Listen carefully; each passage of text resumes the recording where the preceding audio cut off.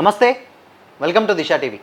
లేటెస్ట్గా ఇప్పుడు పెద్ద రిలీజ్ టైంలో ఒక పెద్ద ఎత్తున ఒక సమస్య అయితే రావడం జరిగింది. అదే ఎగ్జిబిటర్లు అందరూ కూడా సింగిల్ స్క్రీన్ థియేటర్స్ అన్నీ కూడా రెంటల్ సిస్టమ్ని వదిలేసి పర్సంటేజ్ సిస్టమ్ ఇవ్వాలి అని కూడా వాళ్ళు చాలా రోజుల నుంచి అంటున్నారు. అండ్ లేటెస్ట్గా ఇప్పుడు పెద్దిని ప్రదర్శించబోమంటూ కూడా వినిపిస్తున్నాయి. దీని మీద మెగాస్టార్ చిరంజీవి గారి దగ్గరికి వెళ్ళడం, వాళ్ళు కలవడం కూడా జరిగింది. సో అసలు ఏంటి ఈ విధానం మీద మనతో పాటు మాట్లాడడానికి ప్రముఖ ప్రొడ్యూసర్ నటికుమార్ గారు ఉన్నారు. మాట్లాడదాం సార్. నమస్తే సార్. సార్, ఎప్పటి నుంచో రెంటల్ సిస్టమ్ నడుస్తూనే ఉంది, అది అందరికీ తెలిసిందే. అనూహ్యంగా ఎందుకు అంటే ఇప్పుడే పెద్ద టైంకి వచ్చేసరికి వీళ్ళు రెంటల్ సిస్టమ్ కాదని పర్సంటేజ్ సిస్టమ్ అడుగుతున్నారు. గత కొన్నేళ్ళుగా మేము అడుగుతున్నాం, బట్ ఇప్పుడు మేము ఎక్కువగా డిమాండ్ చేస్తున్నాం అంటున్నారు. ఏం చెప్తారు అసలుకి? తప్పలేదు, వాళ్ళు అడుగుతుంది న్యాయమైన కోరిక. అదేమి వాళ్ళేమి ఎక్స్ట్రా కోరికలు ఏం కోరట్లేదు. వాళ్ళు అడుగుతుంది ఏంటంటే వాళ్ళు అడగలేదు, ఫస్ట్ మేము అడిగాం. ఓకే, మీరే అడిగారు. మేము 2007 నుంచి మేము అడుగుతున్నాం. 2011లో పర్సంటేజ్ సిస్టమ్ పెడదాం దాసనాథ గారు మేము అనుకున్నాం. అంతా అనుకున్న దాంట్లోనే కొంతమంది పెద్దవాళ్ళు అందరూ అడ్డు పెట్టారు. ఈ ఎగ్జిబిటర్లు అంటే ఎవరు లేరండి, లీజు ఓనర్లు ఎవరైతే నలుగురు ఉన్నారో వాళ్ళ నలుగురు మా ఇండస్ట్రీకి ఒక చాలా పెద్ద శాపం అండి. అది ఏమంటానండి, కానీ ఏమైనా అనండి, వాళ్ళు చిన్నవాళ్ళని బతకనివ్వరు. చిన్న సినిమా నిర్మాతలను చంపేస్తారు, ఎగ్జిబిటర్ని చంపేస్తారు. ఎందుకంటే అది ఇప్పుడు అరవింద్ గారు, దిల్ రాజు గారు, సునీల్ గారు, సురేష్ బాబు గారు, వీళ్ళ నలుగురు చేతుల్లోనే గుడ్ల మీద చేసుకొని పెద్దమ్మ తల్లి మీద ఒట్టేసి చెప్పమనండి. మేము వెళ్ళే దారిలో బాగా పెద్దమ్మ తల్లి నమ్ముతాం కదా, ఒట్టేసి చెప్పమనండి. మేము ఎగ్జిబిటర్కి ఇచ్చే రెంట్ ఎంత, వీళ్ళు తీసుకుంటుంది ఎంత, ఈ పర్సంటేజ్ సిస్టంలో వాళ్ళకి ఎంత వెళ్తుంది. ఎంతమంది ఆంధ్రప్రదేశ్లో ఒరిజినల్ ఓనర్స్ ఉన్నారు? ఆంధ్రాలో ఎక్కువ ఉన్నారు, తెలంగాణలో ఎంతమంది ఒరిజినల్ ఓనర్స్ ఉన్నారు? పాపం నిజంగా వాళ్ళకి నిజంగా ఒరిజినల్ ఓనర్లకు మన సినిమా ఇస్తున్నామా, ఇవ్వట్లేదా? మన గుండెల మీద చేసుకొని చెప్పాలి. ఇప్పుడు మనం ఏదో వచ్చిందని చెప్పేసి ఒక దొరికారు కదా పాపం, అమాయకంగా రామచరణ్ గారు, అమాయకంగా చిరంజీవి గారు, అమాయకంగా ఆ కొత్తగా ప్రొడ్యూసర్ దొరికాడు. ఆ ప్రొడ్యూసర్ని మనం తొక్కేస్తే మనకి డేట్స్ వస్తాయి, ఆ ప్రొడ్యూసర్ని మనం ఆపితే డేట్స్ వస్తాయి, బెదిరిస్తే మనకి మళ్ళీ నెక్స్ట్ డిస్ట్రిబ్యూషన్ మనకే ఇస్తారు. ఈ కుళ్ళి పనులు ఉండకూడదండి. స్వేచ్ఛగా హాయిగా ఆలోచిస్తూ మనం ఒక ఇండస్ట్రీకి మంచి వాతావరణం తీసుకురావాలి. అంతే తప్ప మీ స్వార్థం పెట్టుకొని పెద్ద సినిమా మీద టార్గెట్ చేయడం అనేది కరెక్ట్ కాదు. చిరంజీవి గారు కూడా నేను ఏం చెప్పాను, ఆయన ఏం చేయగలుగుతాడు? చిరంజీవి గారు ఏం చెప్పాడు, కమిటీని పిలుస్తాను, ఎగ్జిబిటర్ని మీరు వచ్చారు, ప్రొడ్యూసర్ని పిలుస్తాను, డిస్ట్రిబ్యూటర్ని పిలిచి అందరినీ కూర్చోబెట్టి మీకు అందరికీ న్యాయం, మీరు అడిగిన కోరికలు న్యాయంగా ఉన్నాయి, న్యాయమైన పద్ధతిలో చేద్దాం. వాళ్ళ బాధని కూడా విని న్యాయమైన పద్ధతిలో జూన్ 30 లోపల ఒక కొలికి తెచ్చడానికి ప్రయత్నం చేద్దాం. ఇప్పుడు చిరంజీవి గారు ఇప్పుడు అక్కడ ఉన్నది president of the Suresh Babu, కీలక పోస్టు అల్లు అరవింద్ గారు, ఆపాలన్నా లేపాలన్నా ఆయనే. మరి అక్కడ సునీల్ గారు, వీళ్ళంతా పెద్దలు ఉన్నారు కదా. కేఎల్ నారాయణ గారు పాప ఆయన ఎప్పుడూ కూడా అందరూ బాగుండాలని కోరుకుంటాడు. కేఎల్ నారాయణ గారితో నాకు ఒక 25 సంవత్సరాలు ఉంది ఆయనతో స్నేహం. ఆ 25 సంవత్సరాల్లో పాపం అందరూ ఆయన మొగమాటమే లేదు, ఆయన సినిమా అయినా సరే బాగుండాలని కోరుకుంటాడు. చిరంజీవి గారి దగ్గరికి వెళ్ళారు, చెప్పారు, తప్పులేదు. చెప్పిన వాళ్ళలో అక్కడ వెళ్ళిన వాళ్ళలో అక్కడ లీజ్ ఓనర్స్ ఏమన్నారు, ఒరిజినల్ ఓనర్ ఏడి? ఒరిజినల్ ఓనర్ ఏడి? బాలగోవిందరాజు గారు ఒక్కరు కనబడ్డారు నాకు, ఒరిజినల్ ఓనర్. అయితే ఆయనది మల్టీప్లెక్స్ కోర్టు నుంచి ఆర్డర్ తెచ్చుకున్నాడు, మల్టీప్లెక్స్కి ఎలాగిస్తున్నారో పర్సంటేజ్ ఆ పర్సంటేజ్ ఇవ్వాలని. ఆయన ఎయిర్కూల్ థియేటర్ 1400 కెపాసిటీ, కానీ మల్టీప్లెక్స్ రేస్లోనే ఇప్పుడు ఆయన తీసుకుంటున్నాడు. రెంట్ ఇట్లే కైండ్ ఇన్ఫర్మేషన్ చాలామందికి తెలియదేమో అది. ఆయన rent no way rent, only percentage. నా దగ్గర కావాలంటే నేను బోల్డ్ ఇన్వాయిస్లోనే నేను ఇస్తా, ఓకేనా? అలాగే మరి ఆయనకి ఏం పని, ఆయన ఆల్రెడీ మల్టీప్లెక్స్ ప్రకారంగా పర్సంటేజ్లు వస్తున్నాయి, ఆయనకు వస్తున్నట్టు మరి అందరికీ రావాలని కోరుకుంటున్నాడు. మంచి సభవే, నాకు వస్తున్న పర్సంటేజ్ మీ అందరికీ రావాలని కోరుకుంటున్నాడు, సంతోషమే. ఆయన ఏమంటున్నాడు, మల్టీప్లెక్స్ అంటున్నాడు, పార్కింగ్ కలెక్ట్ చేస్తున్నాడు. కోర్టు వారు అత్యున్నత న్యాయస్థానం ఇచ్చింది మనం ఒబుల్ చేయాలి అంతే. దాంట్లో ఆర్డర్లో పార్కింగ్ కలెక్ట్ చేయండి అని చెప్పలేదు, as norms multiplex norms and order అని ఇచ్చారు. అంటే మల్టీప్లెక్స్ ఏదైతే ఉందో ఆ నామ్స్ ఈయనకి వర్తిస్తాయని ఇచ్చారు. ఓకే. బట్ మరి దాంట్లో పార్కింగ్ ఎలా కలెక్ట్ చేస్తారు? ఆయన కూడా చెప్పాలి కదా పెద్దలు. ఇవన్నీ రేపు వస్తాయి రేట్లు కానీ ఇవన్నీ. మరి ఆయన ఒక్కరు తప్ప ఇంకెవరున్నారు అక్కడ? శ్రీధర్ గారు లీజ్ ఓనరే, ఆయన సెక్రటరీ కాబట్టి వచ్చారు. అనుపమ్ రెడ్డి గారు ఆయన థియేటర్ లీజ్ మైత్రికే ఇచ్చారు, ఒక థియేటర్ సినీ పోలీస్కి ఇచ్చారు. శేఖర్ గారు సునీల్ గారికి ఇచ్చారు, ఆయన ప్రెసిడెంట్. విజేందర్ రెడ్డి గారు కూడా సునీల్ గారికి ఇచ్చారు. సో ఇక్కడ మరి అదే మామూలు ఎగ్జిబిటర్ ఎవరు లేరు ఇక్కడ. బాధ ఏంటంటే ప్రొడ్యూసర్ బాధపడుతుంది ఏంటంటే మేము ఎగ్జిబిటర్ మేము ఇస్తానని డబ్బు ఎగ్జిబిటర్ తినట్లేదు, మధ్యవర్తులు తింటున్నారు. మధ్యవర్తులు అలవాటు పడిపోయారు ఈ డబ్బుకి అలవాటు పడిపోయి మేము మా ఆస్తులు అమ్ముకొని రోడ్డు మీద పడిపోయి మేము ఇంత కష్టపడి సినిమా తీస్తే మేము ఫలితం దక్కక, డిస్ట్రిబ్యూటర్కి ఫలితం దక్కక తినేది మధ్యవర్తులు తింటున్నారు అని బాధ ఉంది. ఆ బాధ వెళ్ళబుచ్చుకుంటున్నారు, చెప్పుకోలేకపోతున్నారు బయటికి. చెప్పుకుంటే మళ్ళీ ఏంటంటే రేపు సినిమాలు ఎవరేమో, చెప్పుకుంటే థియేటర్లు ఎవరేమో, చెప్పుకుంటే రేపు రానివ్వరేమో, చెప్పుకుంటే తెలంగాణలో కొడతారేమో, ఆ భయం ఉందండి. ఓకే. 100% ఉంది. నాకు లేదనుకుంటున్నారా? నాకు కూడా ఉంది. ఏ రాత్రిలో పడితే ఎవరు కొడతారో తెలియదు. ఎందుకంటే ఇప్పుడు నేను ఒకటే అంటానండి, వ్యాపారమా రవిడీజమా అని టైపులో అయిపోయింది. వ్యాపారమా రవిడీజం అని టైపులో అయిపోయింది. కానీ సునీల్ గారు కానీ నేను అందరిని అడుగుతున్నాను ఏంటంటే మంచి వాతావరణంలో వ్యాపారం చేయండి, రవిడీజంతో వ్యాపారం చేయకండి, బెదిరించి వ్యాపారం చేయకండి. సురేష్ బాబు గారు కూడా అంతే. ఓకే. ఎందుకంటే ఆయన ల్యాండ్లు కూడా చూస్తాం కదా, కబ్జాలు చేసేటప్పుడు అంతా ఆయన ఎప్పుడు రౌడీజమే ఉంటుంది, రౌడీలతోనే ఉంటాడు. అంటే బయటికి వీళ్ళంతా పెద్ద మనుషులు, వైట్ కలర్ పెద్ద మనుషులు. నేను చాలా సీరియస్గా చెప్తున్నా. నేను దీనికి కట్టుబడి ఉంటా, ఈజ్ ద ప్రూఫ్ చూపిస్తా. కానీ నేను ఒక్కటే చెప్తున్నా, వ్యాపారం ఎప్పుడు 10 మందితో మంచి వాళ్ళతో వ్యాపారం చేయాలి. మీరు రౌడీజం చేద్దాం, అది చేద్దాం, ఇది చేద్దాం, రౌడీలు పెట్టుకొని బౌన్సర్లు పెట్టుకొని కొడతాము అంటే ఇప్పుడు నన్ను కొట్టగలుగుతారు, నేను ఒక్కడున్నా, నేను బలహీనుణ్ణి. ఓకే. నాకు తర్వాత బలం రాదా? వస్తుంది. ఆ బలం వచ్చినప్పుడు మిమ్మల్ని ఊరుకుంటామా? మేము తరిమి కొడతాం మా దగ్గరికి కూడా వస్తే. అంటే నేను ఎందుకు చెప్తున్నానంటే మీరు మాట్లాడేటప్పుడు కూడా చాలా జాగ్రత్తగా మాట్లాడారు. కొంతమంది ఏదేదో మాట్లాడుతూ ఉంటారు, నేను అదే దానికోసం అంటలేదు. ఎందుకంటే మనం వ్యాపారం చేసేటప్పుడు వ్యాపార రీత్యానే మాట్లాడుకోవాలి, వ్యాపారంగానే ఉండాలి. ఎప్పుడు కూడా రౌడీజానికి తాగు ఇవ్వకూడదు, మీరు మాటలు హద్దు మీరకూడదు ఎవరు కూడా. ఎందుకంటే అందరూ మనకు కావాల్సిన వాళ్ళమే, అందరూ మన ఫ్రెండ్సే. నేను సునీల్ గారికి నేను రిక్వెస్ట్ చేస్తున్నా, సురేష్ బాబు గారికి రిక్వెస్ట్ చేస్తున్నా, ప్లీజ్ ఈ నిర్మాతను కాపాడండి, డిస్ట్రిబ్యూటర్ని కాపాడండి. ఇంకొక డిస్ట్రిబ్యూటర్ వచ్చాడు కదా, ఆ డిస్ట్రిబ్యూటర్ని మంది తెలంగాణ కాదు, అందరిది తెలంగాణ, అందరిది ఆంధ్రప్రదేశ్, అందరిది మన ఇండియన్. అంటే ఈజ్ ఇండియన్ పీపుల్. ఇండియాలో ఎక్కడైనా మనం బతకొచ్చు, ఎక్కడైనా జాబులు చేసుకోవచ్చు, ఎక్కడైనా వ్యాపారం చేసుకోవచ్చు. కనుక మీ ఇద్దరే శాశ్వతం కాదు దిల్ రాజు గారు, మీ ఇద్దరే మీరు మొత్తం వ్యాపారం చేయాలనేది కరెక్ట్ కాదు. ఇది మీకే డేట్స్ ఇవ్వాలంటే మీరు 20 సంవత్సరాలు 25 సంవత్సరాలు నడిపారు. తర్వాత కొత్త వాళ్ళు వచ్చారు, మీకంటే ముందు ఎంఎస్ రాజు గారు నడిపారు, ఎంఎస్ రెడ్డి గారు నడిపారు, సో మనీ దేవి వరప్రసాద్ గారు నడిపారు, త్రివిక్రమరావు గారు నడిపారు, అశ్విని దత్ గారు నడిపారు. అంటే ఒక్కొక్క టైం ఒక్కొక్క యుగం ఒక్కొక్కరికి వస్తుందండి. ఆ యుగంలో మీరున్నారు, ఈ యుగంలో వీళ్ళు వచ్చారు, మైత్రి వచ్చింది, మైత్రి తర్వాత ఇంకొకరు వస్తారు. మనం స్వాగతిద్దాం, మనం ఆశీర్వదిద్దాం. కానీ ఒక సినిమాని మీరు ఇబ్బంది పెడుతున్న సినిమా ఒక హీరోది, ఒక మెగా ఫ్యామిలీని ఇబ్బంది పెడుతున్నారు. మెగా ఫ్యామిలీకి ఏం సంబంధం లేదు ఇక్కడ.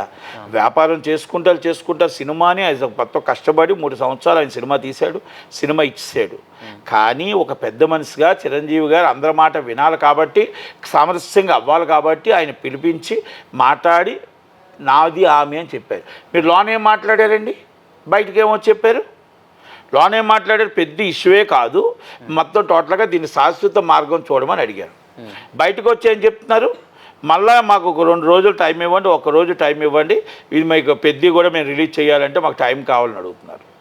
ఇది దిల్ రాజు గారి మాటేనా, సురేష్ బాబు గారి మాటేనా, మరి అరవింద్ గారి మాటేనా? మరి పెద్ద మనుషులు మాట్లాడుతున్నప్పుడు ఏమయ్యా ఇది కరెక్ట్ కాదు కదా.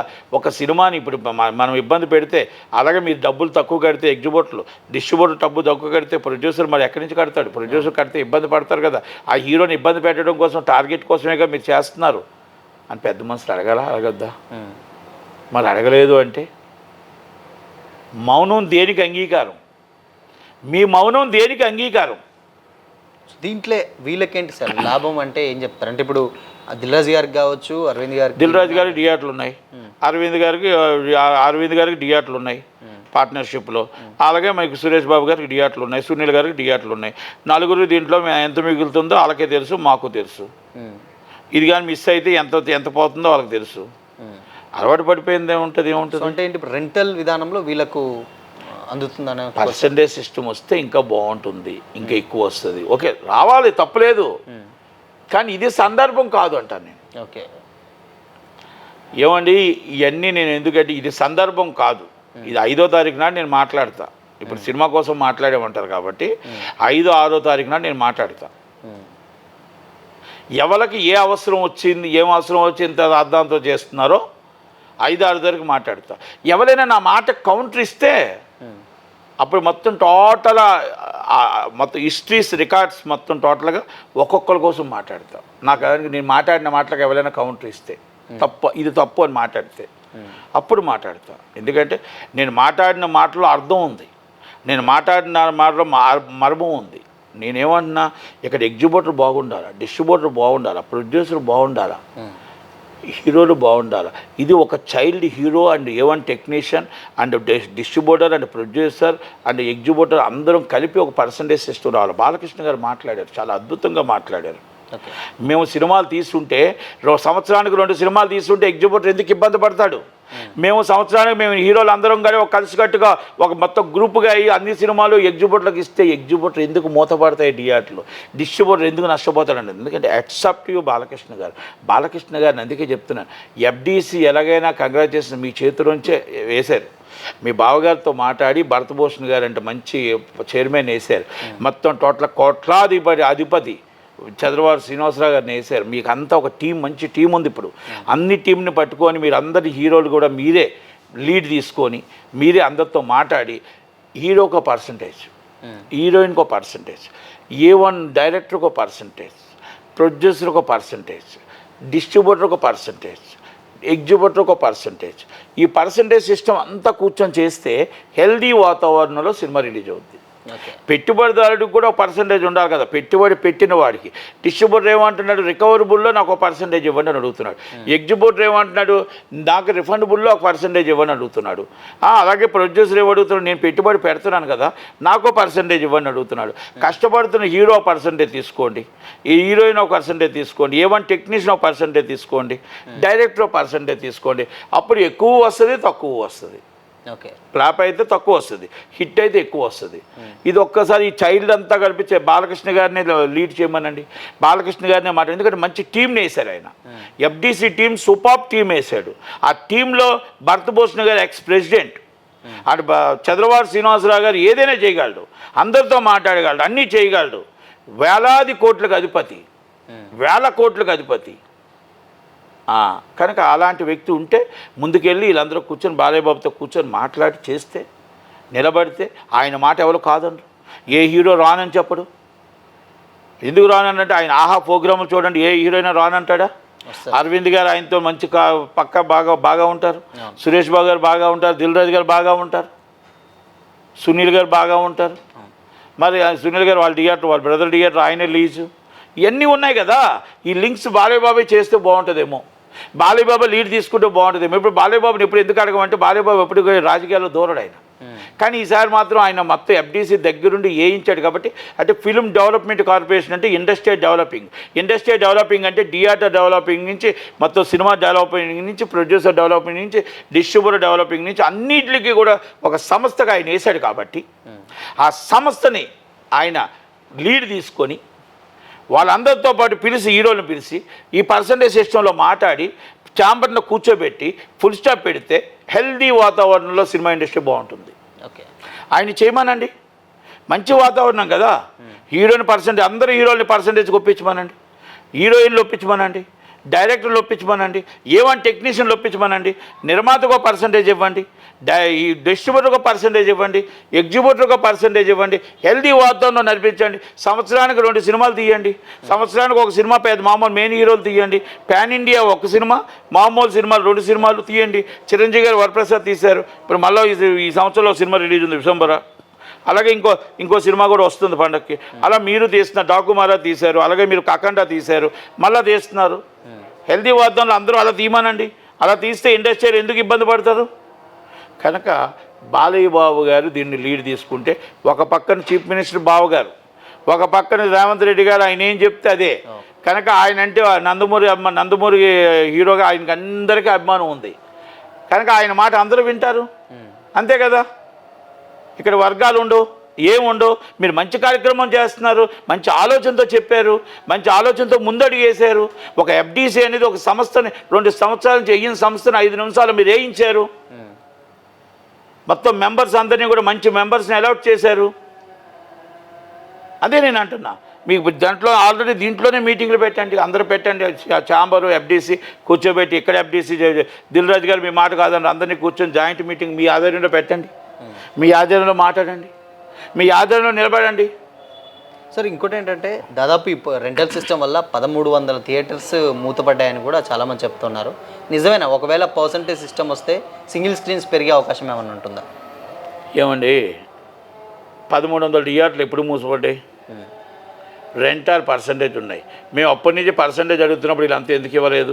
సినిమాలు ఇవ్వక, వీళ్ళు బెదిరించి అదిరించి లీజ్ కోసమని ఒక ఏరియా థియేటర్ లీజ్ ఉందంటే అవతలోటి సినిమా ఇవ్వరు.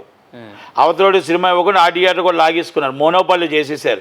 మోనోపాలి చేసినప్పుడు అప్పుడు ఆలోచించారు, థియేటర్ కట్టి ఒక పాపం చేసాం, థియేటర్ రీమోడల్ చేసి ఒక పాపం చేసాం, దాన్ని మళ్ళీ డబ్బు పెట్టి మళ్ళీ ఇలా కాడికి వచ్చి చేతులు కట్టుకొని కూర్చొని లక్షల ఎంజీలు ఇచ్చి షేర్ గ్యారెంటీలు ఇచ్చి మేము నాశనం అయిపోయే బదులు ఈ థియేటర్ గొడవ చేసేయడం బెటరు, మేము నాశనం అయిపోయే బదులు థియేటర్ కళ్యాణోపం చేయడం బెటరు, మేము నాశనం చేసే బదులు ఈ ప్రాపర్టీని మేము షాపింగ్ కాంప్లెక్స్ చేయడం బెటరు అని ఒక ప్రతి ఎగ్జిబ్యూటర్ ఇలాగని మూసారా? లేదు థియేటర్ నడపలేము, మాకు థియేటర్లో రాలేదు అని చేశారా?